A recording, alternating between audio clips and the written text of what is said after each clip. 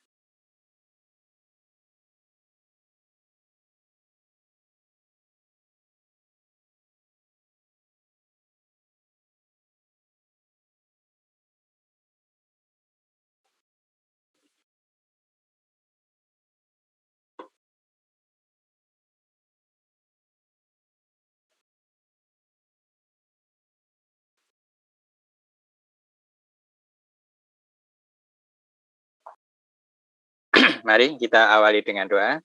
Dalam nama Bapa dan Putra dan Roh Kudus. Amin. Allah pencipta segala sesuatu, sumber terang dan kebijaksanaan yang sejati. Asal mula segala makhluk, curahkanlah seberkas cahayamu untuk menembus kegelapan akal budiku. Ambillah kegelapan ganda yang menyelimutiku sejak lahir, suatu ketidakmengertian karena dosa dan ketidaktahuan. Berilah kepadaku pengertian yang tajam dan ingatan yang kuat, dan kemampuan untuk memahami segala sesuatu dengan benar dan mendasar. Karuniakanlah kepadaku talenta untuk menjelaskan dengan tepat, dan kemampuan untuk mengutarakannya dengan seksama, luwes, dan menarik.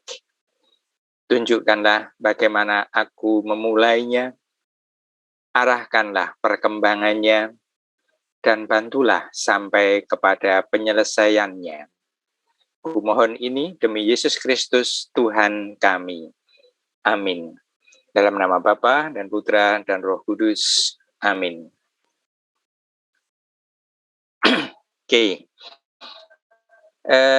Selamat siang sekali lagi semuanya. Sudah bisa presensi? Sudah bisa, Pak. Oke, baik. Ini pertemuan yang terakhir sebelum kita ujian. Saya sudah mengecek tadi pagi berkaitan dengan tugas-tugas yang Anda kerjakan. Yang pertama tadi pagi mengumpulkan, ya, ada 13 orang sendiri ya, yang belum mengumpulkan. Lalu saya berbeda jauh dari sekolah sedang melakukan Halo, siapa yang ngomong ini? Pak. Ya. Itu Pak, untuk materi UAS-nya itu gimana ya Pak? Oh, sebentar, nanti saya jelaskan. Ini saya baru bicara mengenai tugas dulu, ya, mengenai materi UAS nanti.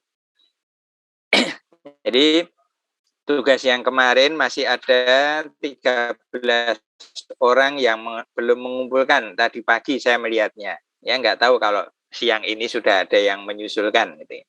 Tapi tadi pagi tugas yang kemarin itu masih ada 13 orang. Lalu yang tugas sebelumnya ada yang menyusulkan juga, beberapa mengerjakan, walaupun terlambat tetap saya apresiasi ya. Ada yang terlambat 6 hari, 5 hari, itu baru mengumpulkan tugas yang ke-10 ya. Lalu tugas yang ke-12 itu juga masih ada yang belum mengumpulkan.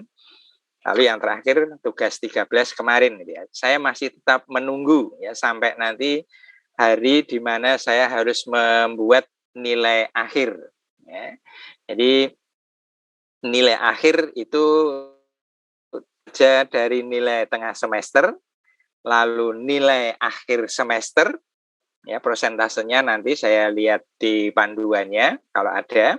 Kalau tidak ada ya sekitar kurang lebih 30% itu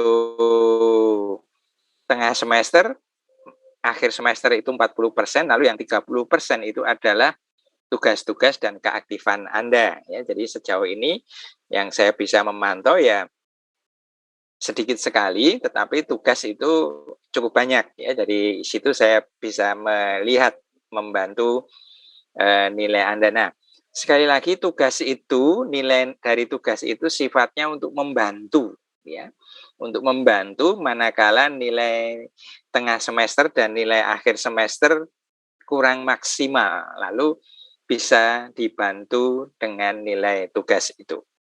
Tapi kalau tugas sendiri tidak Anda kerjakan, tidak ada ya, kalau nanti pas ujian kebetulan tidak bisa mengerjakan dengan bagus, ya nilainya tidak bisa maksimal tentu saja. Ya, jadi sekali lagi tugas itu tolong nanti dikerjakan, yang belum mengerjakan masih saya tunggu menerima tugas-tugas itu untuk nanti membantu nilai akhir, nilai final. Ya, jadi membantu nilai final itu. Dan itu waktunya 4 hari sesudah ujian akhir ya, sudah harus terkumpul nilainya. Maka segera yang merasa masih belum mengerjakan beberapa tugas, tolong dikerjakan gitu ya. Nanti supaya nilai final Anda nanti semuanya baik. Saya tidak ingin ada yang nilainya kurang baik gitu ya. Saya senang kalau semua lulus dengan nilai baik gitu. Lalu pertemuan hari ini saya akan menyampaikan berkaitan dengan moderasi beragama. Moderasi beragama ini dimunculkan atau diviralkan, ya, disosialisasikan oleh Menteri Agama periode yang lalu, ya, tahun 2019, yaitu Pak Lukman Hakim Saifuddin. Itu menulis buku berkaitan dengan moderasi beragama, dan sampai sekarang buku itu terus-menerus disosialisasikan juga oleh Menteri Agama yang sekarang. Ya. Nanti akan kita lihat apa itu moderasi beragama. Nah, lalu sekaligus saya menjawab pertanyaan tadi dari Fransiskus Pasca tadi, bahan ujian ya sampai hari ini, sampai materi hari ini, mulai dari materi sesudah tengah semester. Ya. Jadi materi sesudah tengah semester sampai materi hari ini. Ya. Dan juga saran saya untuk ujian itu, ya, kalau saya tanya mengenai refleksi pengalaman Anda, ya betul-betul pengalaman Anda, ya, bukan mengambil dari copy paste dari internet gitu ya, yang sering terjadi seperti itu. Karena ujian online, Anda bebas membuka apapun, lalu dengan gampang mengambil pendapat sana sini dari internet. Itu kelihatan, ya, itu akan ketahuan dan akan kelihatan gitu ya.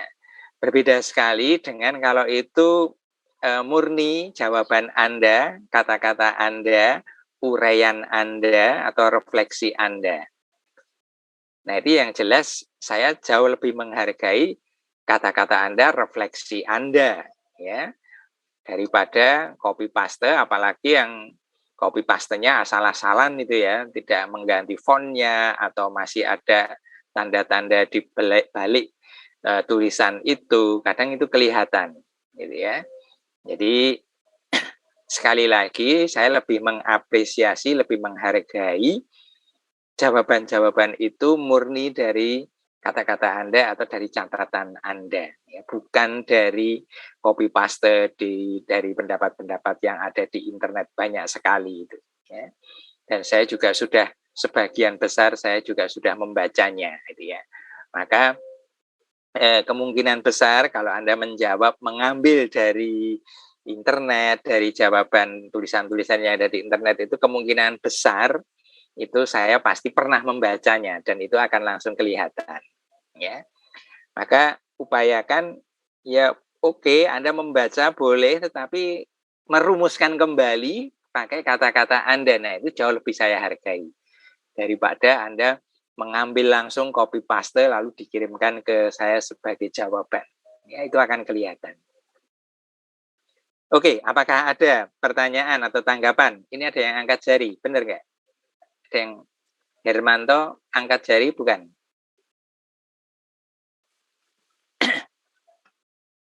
Oke, tadi ada simbol jari. Oke, kalau begitu cukup jelas mengenai materi ujian dari sesudah tengah semester sampai yang hari ini nanti, yaitu moderasi beragama. Terus Pak. Oke ya, nanti bisa ditanyakan sebelum selesainya kuliah. Ini mungkin kita juga tidak lama, mungkin hanya sekitar 1 jam, maka batasan presensi hanya sampai pukul 12, ya. Hanya sampai pukul 12. Oke. Saya akan share materi hari ini, yaitu moderasi beragama.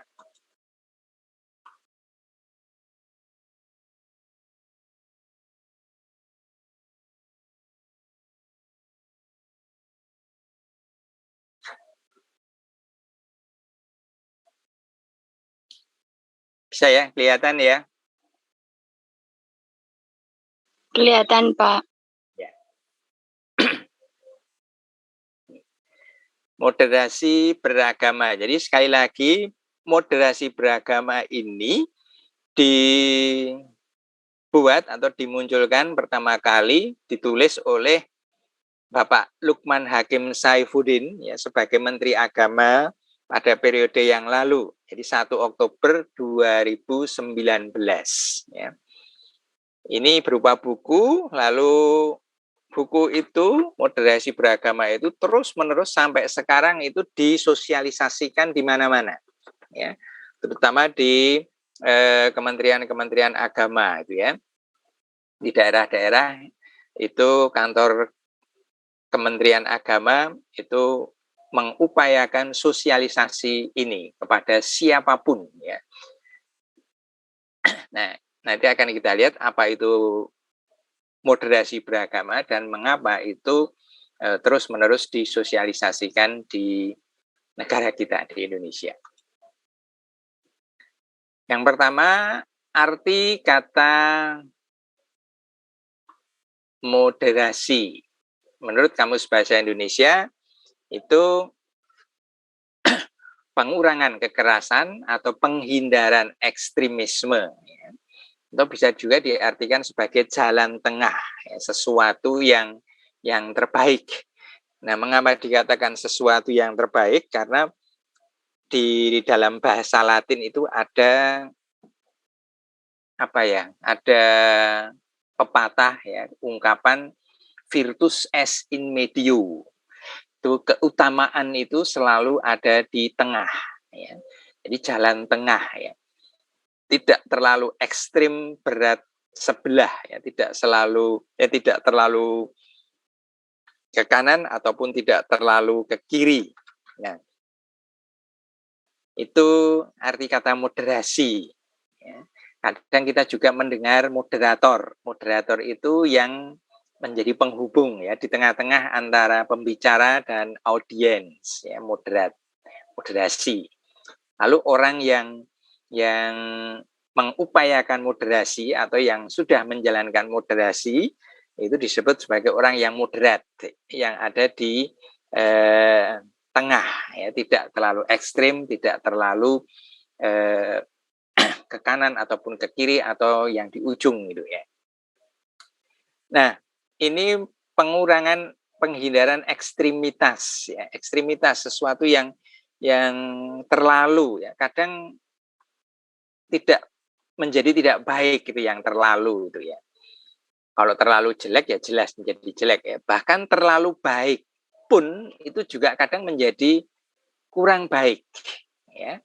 Terlalu baik menjadi kurang baik. Apakah ada yang bisa mencontohkan misalnya yang terlalu baik itu lalu menjadi kurang baik? mungkin ada yang mencoba mencontohkan sesuatu yang dilakukan itu baik, tapi karena terlalu baik, lalu menjadi kurang baik, gitu. Ya. Salah satu contoh ya, misalkan dulu saya pernah tinggal di asrama, gitu ya. Saya tinggal di asrama, punya banyak teman, dan ada satu orang teman itu yang sangat baik pada siapapun, gitu ya. Jadi dalam artian begini, dia selalu ringan tangan, kalau diajak kemanapun, dia selalu mau menemani. Itu baik kan dia itu? Dia selalu menyempatkan waktu, meluangkan waktu untuk teman siapapun itu yang mau punya kepentingan sesuatu untuk keluar asrama. Ya. Nah, saking baiknya dia, ya, sampai dia tidak memperhitungkan waktu privacy untuk dia sendiri. Nah, ini yang maksud saya, saking baiknya, terlalu baik, lalu menjadi kurang baik untuk dirinya sendiri. Pada saat ujian harusnya semua belajar mempersiapkan ujian, ada teman yang minta ditemani untuk pergi ke entah apa urusan. Maka teman saya itu saking baiknya ya tetap menemani orang itu. Lalu akibatnya apa? Akibatnya waktu yang harusnya dia pakai untuk belajar, dia pakai untuk berbuat baik, menemani teman yang punya kepentingan itu. Akhirnya apa? Akhirnya hari berikutnya ketika ujian, ya nilainya kurang bagus. Nah itu, dia saking baiknya pada orang lain sehingga tidak memperhitungkan waktu untuk dia sendiri. Lalu itu menjadi kurang baik.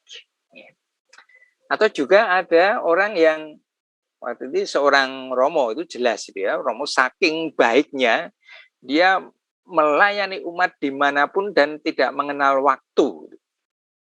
Sampai akhirnya apa? Akhirnya ya jatuh sakit dalam pelayanan itu. Dan akhirnya ya tidak bisa ditolong lagi. Lalu pada saat upacara misa requiem, itu seorang Romo juga mengatakan, Romo ini sungguh sangat baik, Romo dari Belanda waktu itu. Satu-satunya yang kurang adalah bahwa Romo itu terlalu baik. Dia mengatakan demikian. Jadi, kesaksiannya. Jadi sesuatu yang terlalu itu juga bisa menjadi kurang baik. Bahkan terlalu baik pun itu juga menjadi kurang baik. Ya. Tentu saja di sisi-sisi yang berbeda. Nah, moderasi itu adalah jalan tengah ya. Sesuatu yang terbaik itu yang ada di tengah, tidak di ekstrim, tidak berada di ujung ya, tidak terlalu ya, menghindarkan terlalu. Ya, itu. Oke, kita lanjut dulu. Nah, moderasi beragama adalah cara pandang atau perspektif, sikap, dan perilaku selalu mengambil posisi di tengah. Selalu adil dan tidak ekstrim. Ya. Orang yang mengupayakan itu disebut orang yang moderat.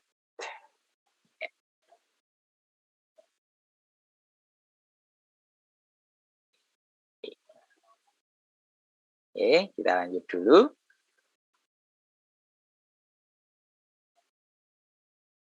Leo, angkat tangan. Kenapa ini? Izin bertanya, Pak. Saya mau bertanya yang tentang apa ya yang dikeluarkan ketua MUI kemarin ya Pak, yang ucapan selamat Natal itu Pak. Nah itu kan maksudnya dia kasih statement begitu, apakah itu dapat dikatakan masuk ke dalam moderasi Pak, karena ada banyak komentator juga dari teman-teman Muslim gitu Pak, yang mana ya? Yang mana? Coba ada sih yang kemarin saya baca, Ketua MUI Indonesia memperbolehkan mengucap Natal, ya kalau nggak salah sih gitu Pak. Ya.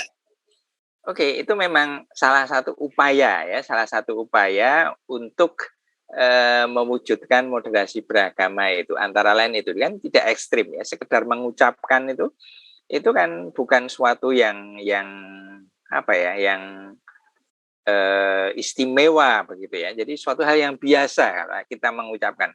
Maka kalau itu dilarang ya sebenarnya nggak benar juga itu ya. Maka itu diperbolehkan itu ya. Nah, biasanya yang melarang atau yang bertentangan itu kan yang ekstrim-ekstrim itu ya. Bahkan hanya mengucapkan saja nggak boleh. Nah, itu kan ekstrim ya. Maka itu salah satu bentuk ya, salah satu upaya moderasi beragama. Ya memang seperti itu kurang lebih. Ya. Oke. Saya lanjut dulu.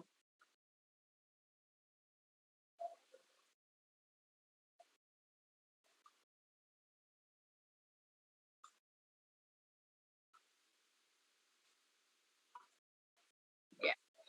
Lalu sebentar. Prinsip dasar moderasi. Ini ada 3 ya, adil, berimbang, dan toleran.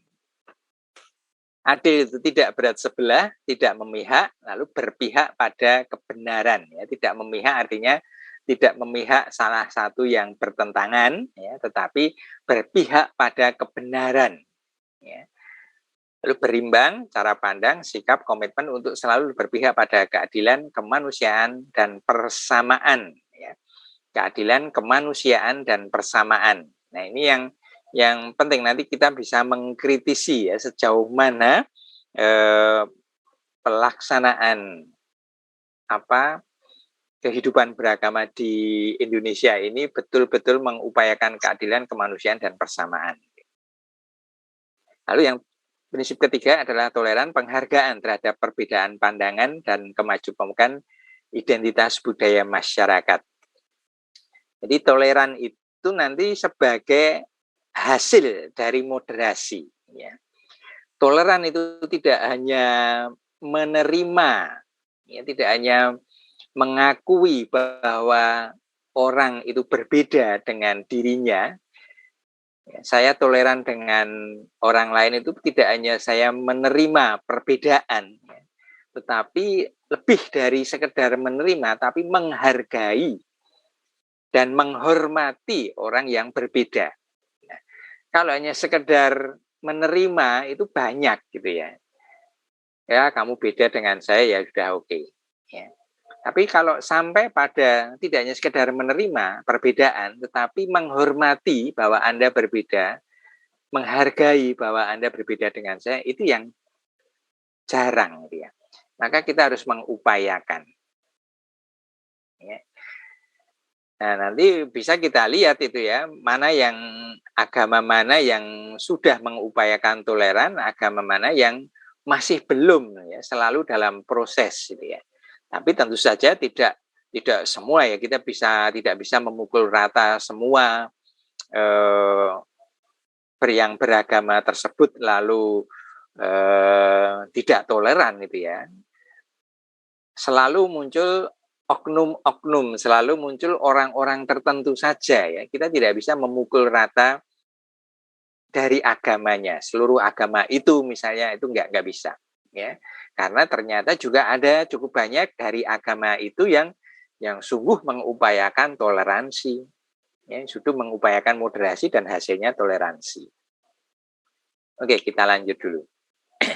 Nah, batasan bahwa suatu pemahaman dan pengalaman keagamaan dinilai berlebihan.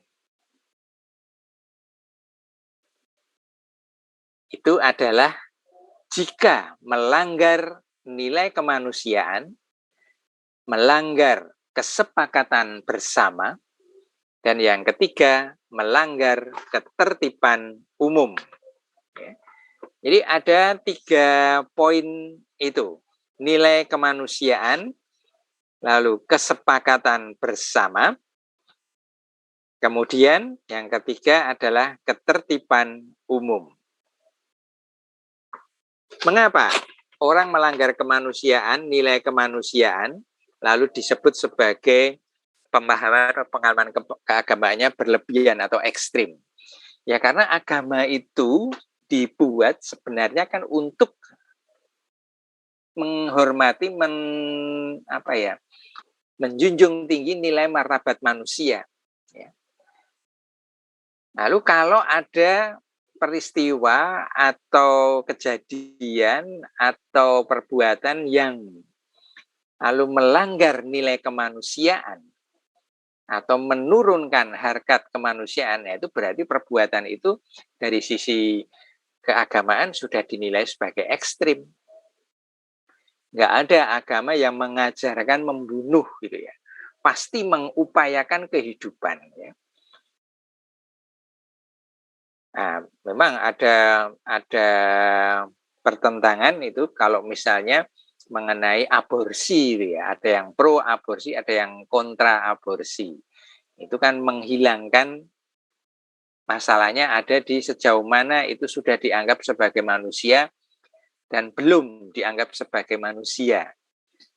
Ya, lalu kalau sudah dianggap sebagai manusia, ya kalau itu dihilangkan, lalu akan terjadi pertentangan. Itu sama saja membunuh orang dewasa. Ya, sama-sama kemanusiaan ya dasarnya. Agama itu dibuat atau ada itu untuk melengkapi kemanusiaan dari sisi kerohanian. Ya. Manusia itu kan makhluk jasmani rohani. Ya. Kita bisa makan, kita bisa istirahat untuk memelihara jasmani kita. Tapi kerohanian kita, unsur rohani kita, itu dicukupi dengan kebutuhan dari agama. Ya, salah satunya. Ya. Maka asupan rohani itu dari masing-masing agama. Ujungnya apa? Tujuannya apa? Supaya kemanusiaan itu menjadi lengkap. Ya. Kebutuhan kita akan hal rohani juga dicukupi dari agama. Sama seperti kita makan, kita istirahat, kita rekreasi itu untuk menyegarkan jasmani kita, ya, kemanusiaan kita. Maka agama juga kerohanian gitu ya. Itu ujungnya juga supaya manusia itu sejahtera jasmani rohani. Ya. Kalau orang hanya sejahtera secara jasmani saja, ya, rohaninya tidak pernah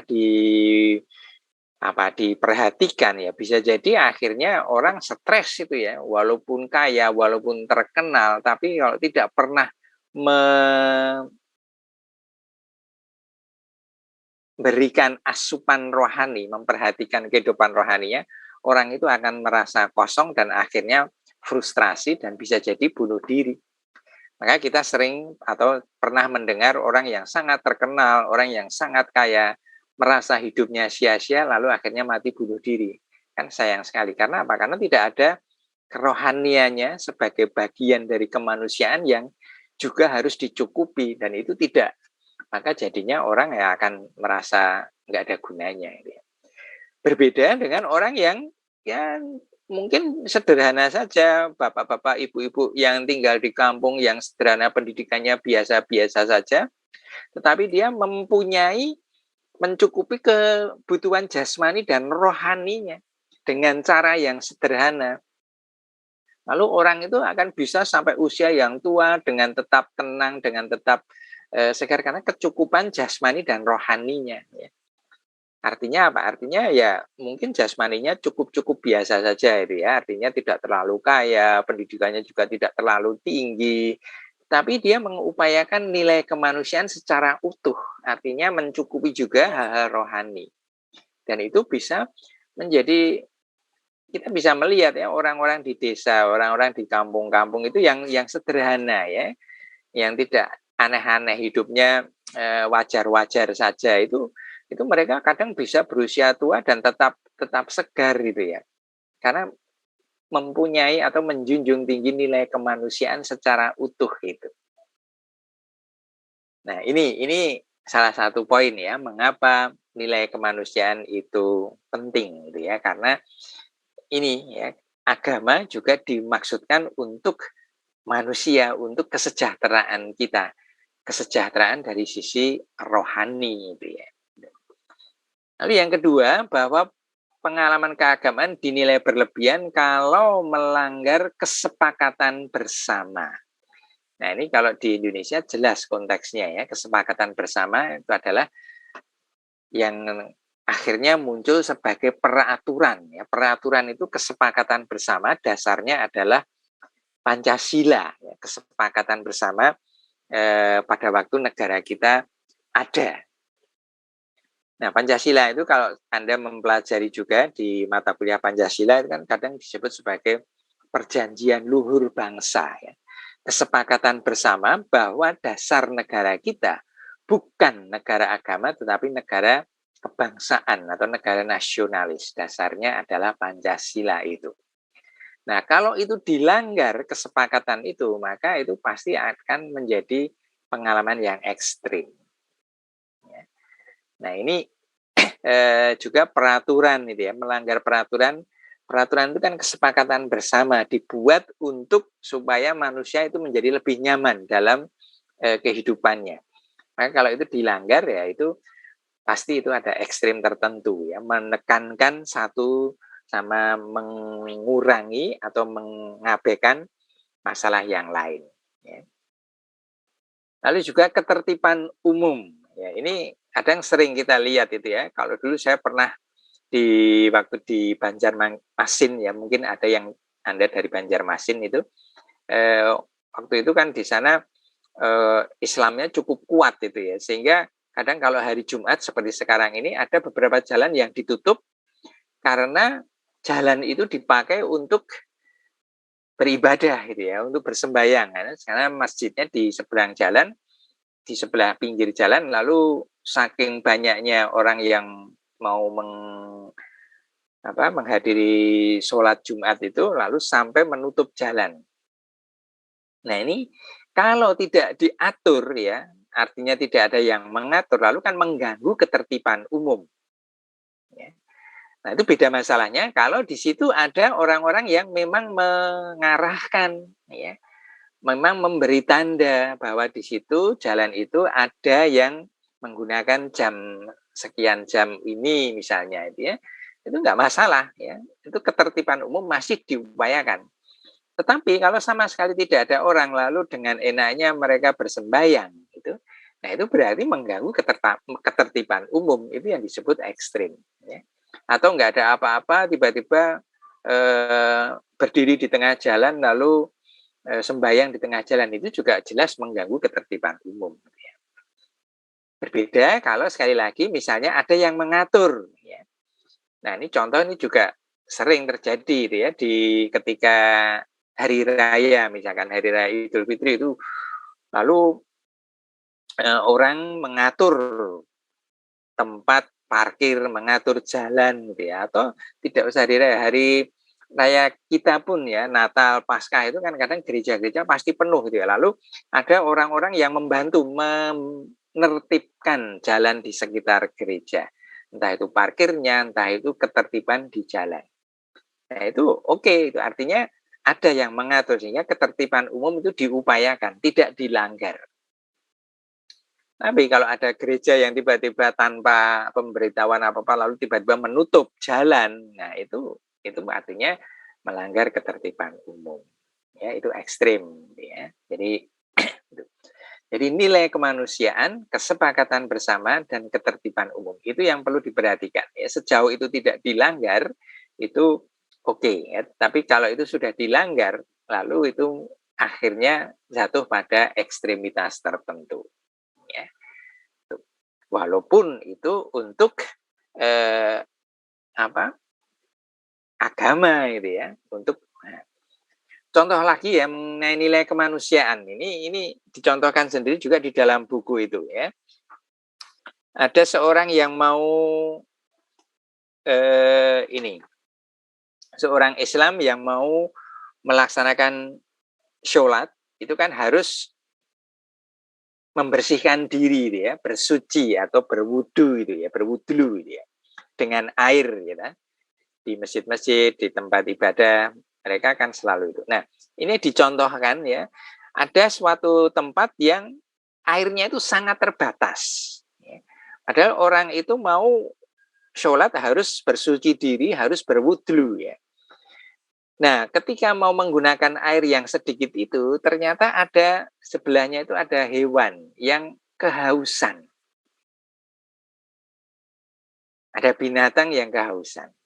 Lalu sebaiknya orang itu memberikan air kepada binatang itu supaya binatang itu tidak jadi mati. Ini bahkan binatang ya, tidak hanya nilai kemanusiaan tapi nilai makhluk yang lain. Ya.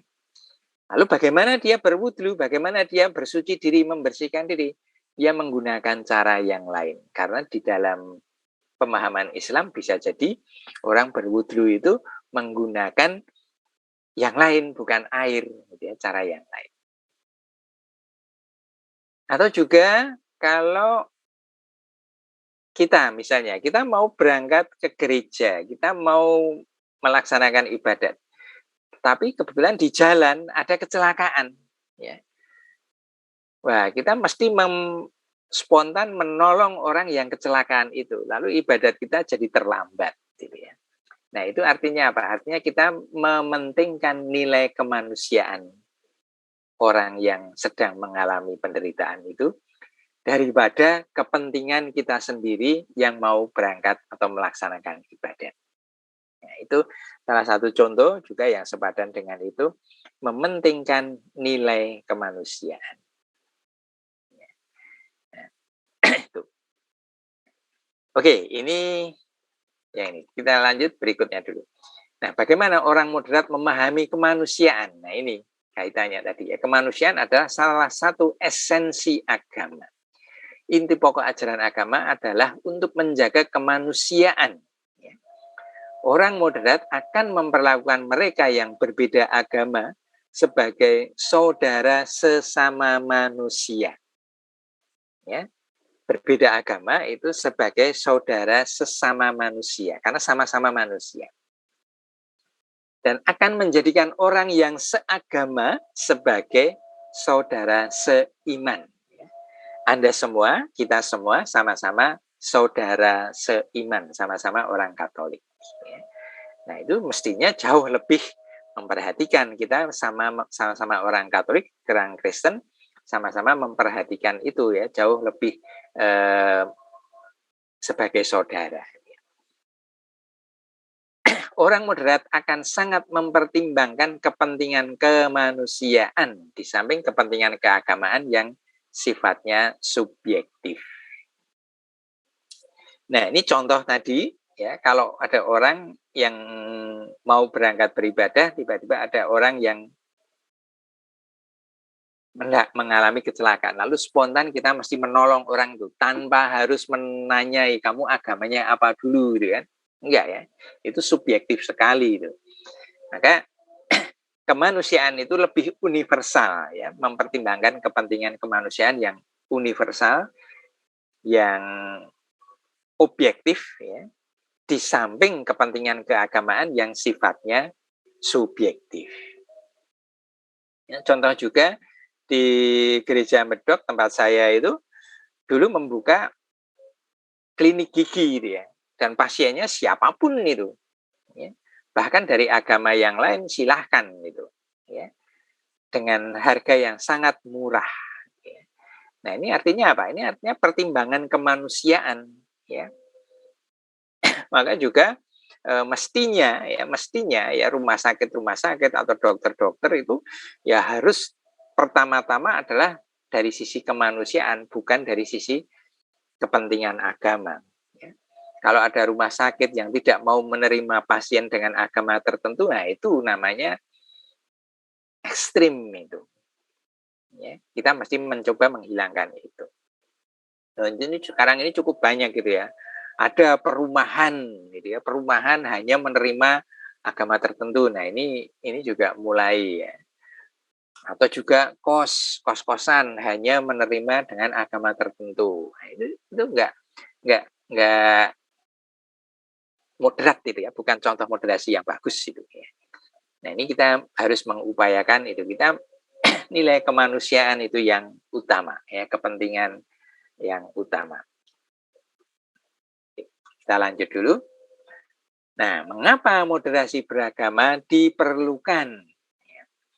Moderasi beragama adalah upaya mengembalikan pemahaman dan praktik beragama agar sesuai dengan esensinya, ya. Yakni apa? Yakni untuk menjaga harkat, martabat, dan peradaban manusia, ya, bukan sebaliknya, ya, malah menghilangkan, menurunkan harkat, martabat manusia. Ya. Agama itu dibuat untuk menjaga harkat, martabat, dan peradaban manusia. Ada manusia dulu, baru muncul agama yang maksudnya untuk lebih menjaga harkat, martabat, dan peradaban manusia. Ya. Agama tidak boleh digunakan untuk hal-hal yang justru merusak peradaban. Sebab sejak awal agama pada hakikatnya ditujukan untuk membangun peradaban itu sendiri. Ya, seperti tadi saya sampaikan, agama itu memenuhi kebutuhan manusia dari sisi rohani. Ya, peradaban itu menjadi bertahan, menjadi bagus kalau dari sisi rohani manusia juga tercukupi. Ya. Harkat martabatnya menjadi terpenuhi. Ya. Lalu kalau terjadi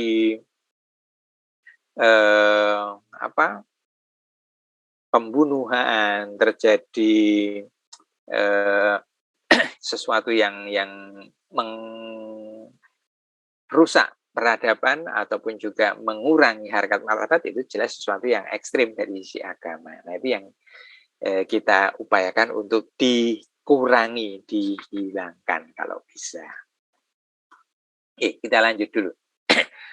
Lalu apakah sama moderasi beragama dengan moderasi agama? Ya. Jadi ini berbeda, ya, tidak sama. Ya. Agama tidak perlu dimoderasi karena agama itu sendiri telah mengajarkan prinsip moderasi, ya, keadilan dan keseimbangan. Ya. Contoh jelas itu di agama kita, ya, agama Katolik itu jelas prinsip moderasi, prinsip cinta kasih, prinsip keadilan dan keseimbangan ini. Ya. Jadi bukan agama yang harus dimoderasi, melainkan cara penganut agama dalam menjalankan agamanya. Itulah yang harus dimoderasi. Ya. Kita tahu semua tidak ada agama yang mengajarkan ekstremitas. Ya. Tetapi sebaliknya tidak sedikit orang yang menjalankan ajaran agama berubah menjadi ekstrim. Karena apa? Karena mementingkan subjektivitas agamanya itu tadi. Lalu sampai akhirnya berbuat sesuatu yang ekstrim, yang radikal. Ya. Nah, itu yang seharusnya tidak terjadi. Ya. Karena tidak lagi berdasarkan ajaran agamanya yang baik, ya, tetapi pengaruh orang itu sendiri yang menjadi ekstrim, ya. Atau menafsirkan ajaran agamanya dengan tidak pas, ya, dengan tidak tepat. Ya. Agama yang harusnya menjunjung tinggi harkat martabat peradaban manusia justru menjadi sebaliknya, menghancurkan peradaban manusia. Ya. Nah, ini yang disebut sebagai menjadi ekstrim. Ya, maka itu perlu moderasi beragama, ya, bukan moderasi agama. Karena kalau kita kembali ke agama kita masing-masing, kita yakin, kita percaya setiap agama pasti mengajarkan hal yang baik. Kalau sampai terjadi orang berdasarkan agamanya lalu membuat sesuatu yang tidak baik, itu penafsiran terhadap ajaran agamanya yang tidak pas. Dan itu pasti bukan lalu semua penganut agamanya seperti itu, tapi pasti hanya sebagian. Ya. Oknum itu tadi. Oke. Kita lanjut dulu. Nah, ini contoh moderasi beragama dan toleransi. Moderasi beragama dan toleransi. Ya. Ini gambar kecil, anak-anak kecil sudah diajari, ya, hidup dalam perbedaan, bahwa satu dengan yang lainnya berbeda, suku, agama, rasnya berbeda. Atau contoh di sebelahnya ini, seorang biku yang membantu seorang muslim untuk menjalankan wudlunya, bersuci diri. Seorang biku yang mengambilkan air dari sumur. Nah, moderasi dan toleransi. Toleran adalah hasil yang diakibatkan oleh sikap moderat dalam beragama. Moderasi adalah prosesnya menjalankan agama dengan tidak ekstrim. Hasilnya adalah toleransi. Nah, seorang yang moderat bisa jadi tidak setuju atas suatu tafsir ajaran agama, tapi ia tidak akan menyalah-nyalahkan orang lain yang berbeda pendapat dengannya. Seorang yang moderat niscaya punya keberpihakan atas suatu tafsir agama. Ya. Kita semua pasti punya penafsiran kita masing-masing. Ya. Tetapi kita juga tidak akan memaksakan penafsiran agama kita berlaku juga untuk orang lain. Itulah namanya toleransi. Ya. Kita tidak hanya menerima perbedaan dengan orang lain, tetapi juga menghargai dan menghormati orang lain yang berbeda dengan kita. Ya. Nah, ini yang harus kita contohkan, ya, harus kita contohkan pada siapapun juga, ya. Bahkan orang lain, orang beragama lain itu mestinya adalah mencontoh kita itu ya. Kita harus berani menjadi teladan untuk mereka ya, bagi yang belum bersifat moderat gitu. Ya. Oke, kita lanjut dulu. Nah, moderasi beragama dan toleransi. Seorang yang moderat harus memiliki pendirian teguh dan semangat beragama yang tinggi. Nah, ini nanti untuk toleransi dan untuk dialog ya. Ia harus mampu memilah mana pokok ajaran agama di mana ia harus berpendirian teguh dan mana tafsir ajaran agama di mana ia perlu toleran atau menghormati pendirian orang lain dan tidak menyalah-nyalahkan. Nah, ini pernah saya sampaikan, kalau kita mau berdialog ya, itu harus punya dua syarat. Syarat yang pertama, kita mesti punya pendirian. Kita mesti tahu apa yang kita miliki, ajaran-ajaran agama kita. Di sisi yang lain, syarat yang kedua adalah kita harus terbuka terhadap pendapat atau keyakinan yang lain. Lalu baru kita bisa berdialog. Lalu kita bisa toleran. Nah, kalau dua syarat itu salah satu tidak terpenuhi, nggak akan terjadi dialog, nggak akan terjadi toleran itu. Ya. Kalau saya hanya punya milik saya sendiri, tidak terbuka pada orang lain, lalu saya ngotot memaksakan keyakinan saya, pendapat saya. Tapi sebaliknya, kalau kita tidak punya pendirian yang teguh, tidak punya keyakinan sendiri, ya kita hanya ikut sana-sini. Ya, itu juga bukan dialog gitu ya. Lalu kita menjadi tidak punya pendirian, tidak bisa terjadi dialog gitu. Kita hanya ikut sana sini, ya, nggak punya pendirian. Maka kita perlu memperdalam keyakinan agama kita, tahu persis pokok ajaran agama kita, di mana kita punya prinsip yang kita pegang, lalu di mana kita melihat, oh ini hanya sekedar tafsiran-tafsiran, lalu ini yang bisa ditolerir, ini bisa tidak harus dipegang secara kenceng misalnya.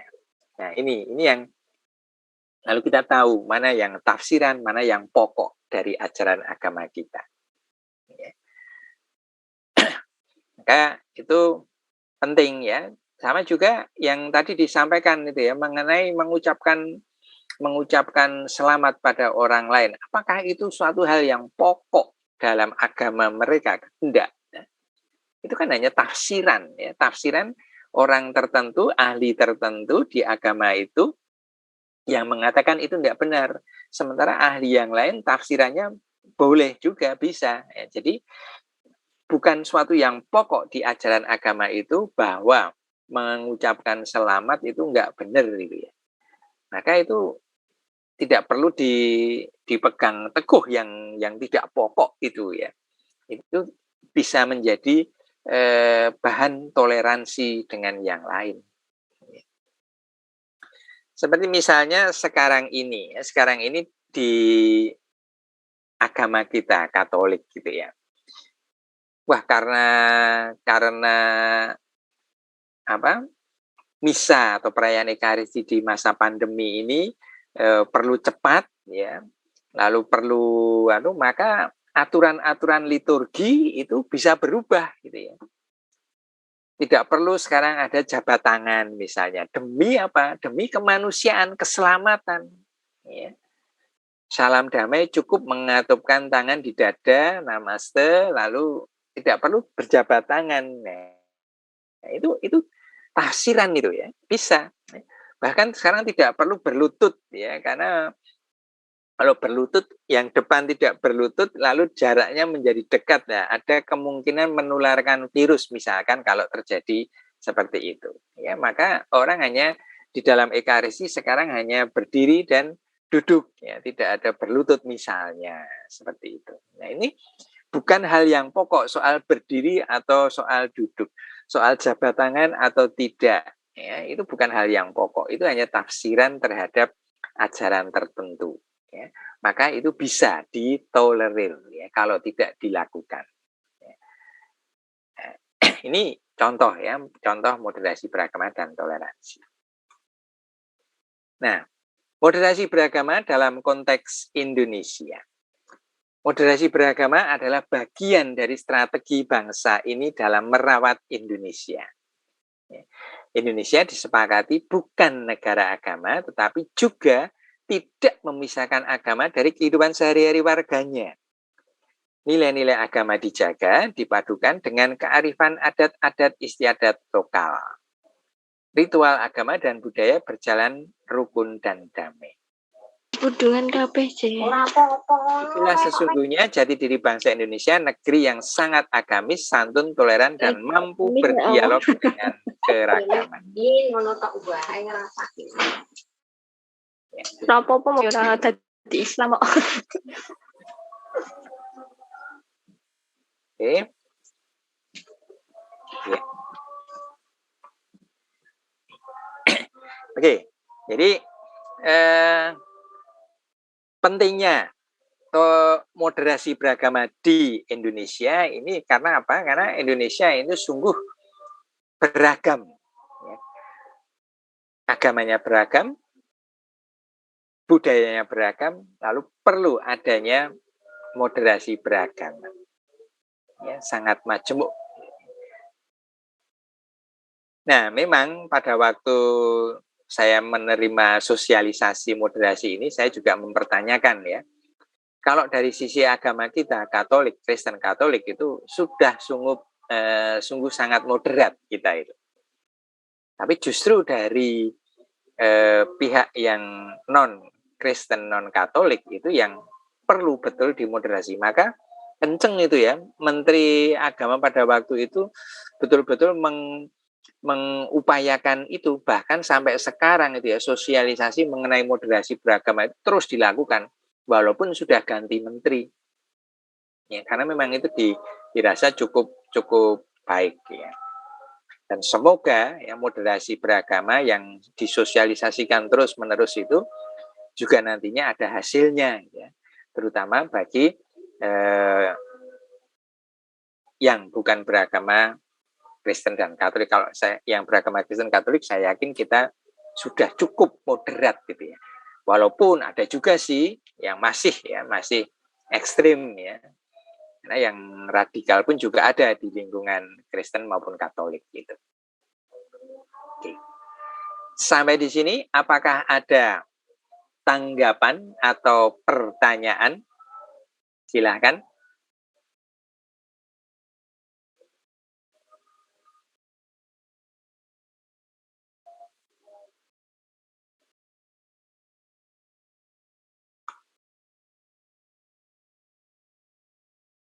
Apakah ada pertanyaan atau cukup jelas? Jelas, Pak. Cukup jelas, tidak ada pertanyaan. Pak, saya izin bertanya nggak apa-apa, Pak? Silakan. Pak, saya tuh mau bertanya ya, Pak. Kenapa kalau misalnya di Jumatan itu, Pak, di masjid itu ya, nggak ada penjaga kayak Pak dari pemerintah gitu, Pak. Sedangkan kalau di gereja itu malah diketati ketat gitu Pak penjagaannya, jadi kayak dibatasi gitu Pak. Nah, sedangkan kalau misalnya pas di masjid pas Jumatan itu udah ada Pak, itu saja Pak. Itu kenapa ya Pak? Ketika apa ya? Ketika Natal pas itu Pak.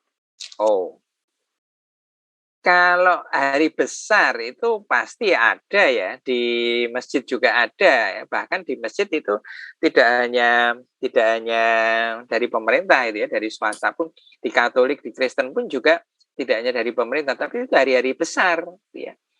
Tapi kalau hari Minggu biasa kan tidak ada itu ya. Hari Minggu biasa ya dari intern kita. Maka kalau hari Jumat biasa seperti ini ya dari mereka sendiri itu ya.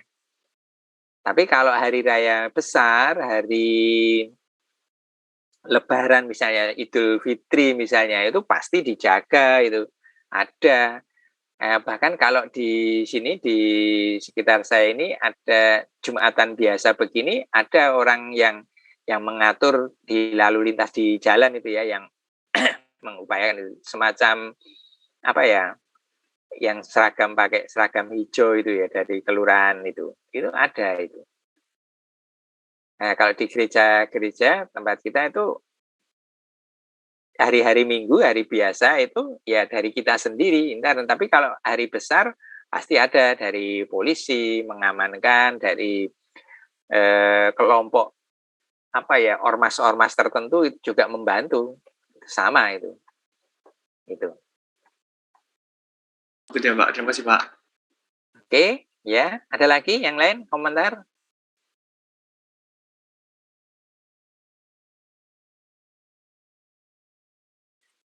Oke, kalau tidak kita akhiri siang hari ini. Sekali lagi materi ujian akhir semester adalah dari sesudah tengah semester sampai siang ini ya, moderasi beragama. Ya. Tentu soalnya isi itu ya, uraian, maka jangan terlalu pelit dengan jawaban ya. Kalau saya minta Anda menguraikan, merefleksikan, ya betul-betul uraian, betul-betul refleksi Anda ya, bukan hanya mengambil dari